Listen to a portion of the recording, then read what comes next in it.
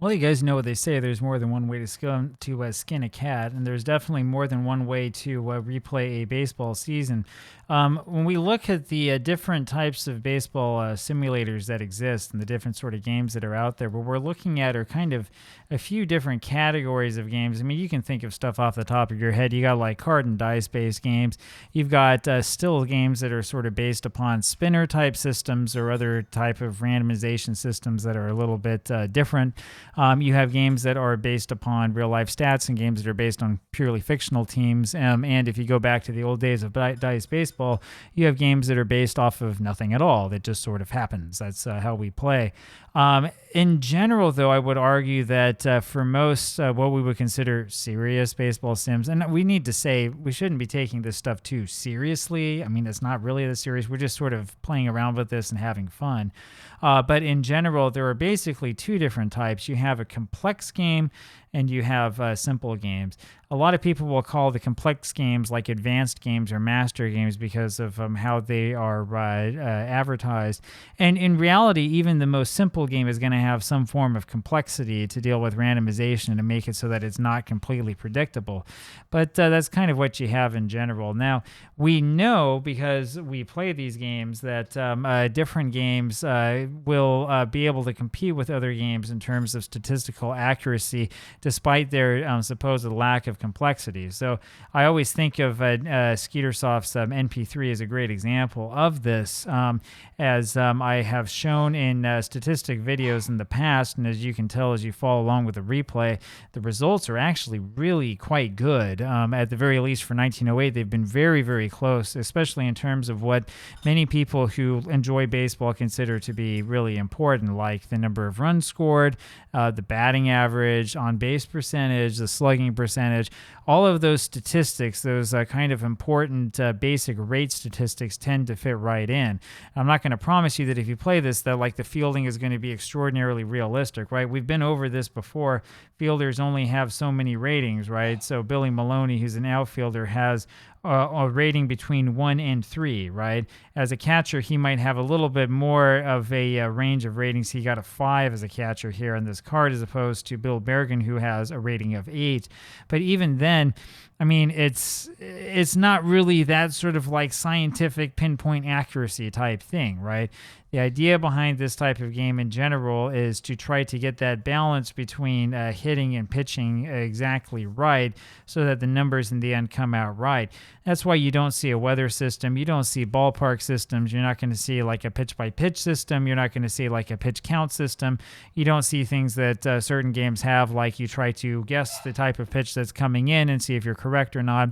There's nothing wrong with all of that, right? But those are just other variables you have to worry about. Thus, this is a simple game. There are a lot of other simple or basic games that are out there, you know, stuff like Strat-O-Matic's basic game, the APBA basic game, and a number of other sort of games that are out there without frills and without a lot of bells and whistles. Now, there are complex games out there as well, right? I've talked a lot about Diamond Mine Baseball. I would consider Diamond Mine Baseball not right now to be necessarily the top of complexity. I think that it's pretty obvious that OOTP, Out of the Park Baseball, is probably up about as high as you can get in the complexity sphere, since it has minor league equivalency ratings, or I should say major league equivalency ratings, since players can develop over time using a development engine, since you can do a lot of things to sort of pinpoint the type of statistics you want. There's a lot of complexity in that game that you just don't see with the other ones. But, you know, even other games, Diamond Mine Baseball, Action PC Baseball, and a number of others, Digital Diamond Baseball and games like that, offer a lot of complexity in under the hood that would be so impractical that you would never be able to play this as a card and dice system, right? And so really, when we're talking about this idea of complexity versus simplicity, what we're really talking about is what type of game do you enjoy and what do you like playing? That's the one thing that you learn when you play through a replay. A replay is not just, oh, I really like baseball and I want to play one game after another. in a replay, you're not really playing baseball, you're playing the game engine. And so the type of game engine you're playing with all of a sudden really makes a difference, right? If you despise the 50/50 game engine that Strat-O-Matic has, you're going to be very upset when you sit down to play Strat-O-Matic and you play out 1,200, 1,300 games in a replay, right? Because that's a lot to play through. It's going to take a considerable amount of time. And if you're cringing every time that you roll that white die and you have to remember whether to look at the pitcher's card or the hitter's card, you're not going to have a very good time.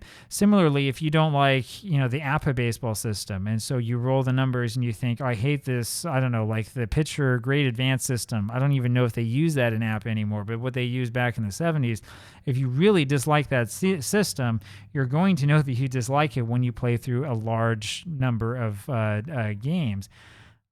In a similar vein, when you're playing a game like OOTP or Diamond Mine Baseball that is mostly like the engine is completely within the system and you're just kind of pushing the button and looking at the result, if you're not careful with it, or if you dislike that type of game, you may end up feeling like you're at like a slot machine all day long, just doing the same thing over and over again, just looking to see what the result is and letting the computer catalog it. I mean, after a while, you're going to think, well, what in the world is the point of this, right? So people will tell you, when you become interested in games, that you should choose a game engine that you enjoy and something that you like. And they'll say, like, it doesn't really matter what you choose. The games are more or less the same. That's really not true.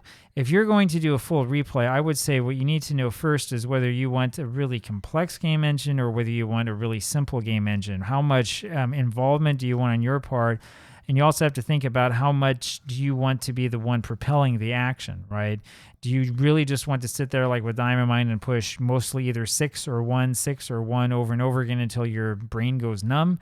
If you don't like doing that, I would strongly recommend going for maybe a card and dice based system. Having said that, you need to do some research into it. It's hard to say. We say you go buy the game and play it first, but it takes several repeated playings to really get a feel for how a game goes. I mean, you can play a game a dozen times or even 24 times and not really have that feel quite yet.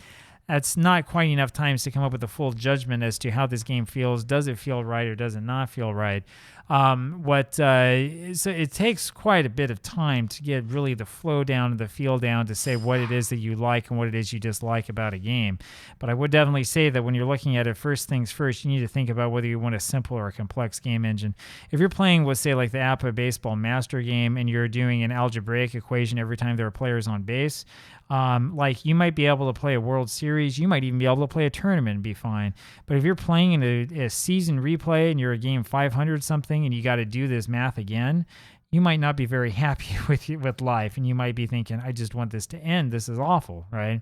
That's the sort of thing that you need to think about a little bit ahead of time. So there you have it. There's important differences between simple and complex game engines, and a lot of those differences have to do with your involvement as a replayer, and they also have to do with sort of like how many variables you want that are going to go in and potentially muddle things up.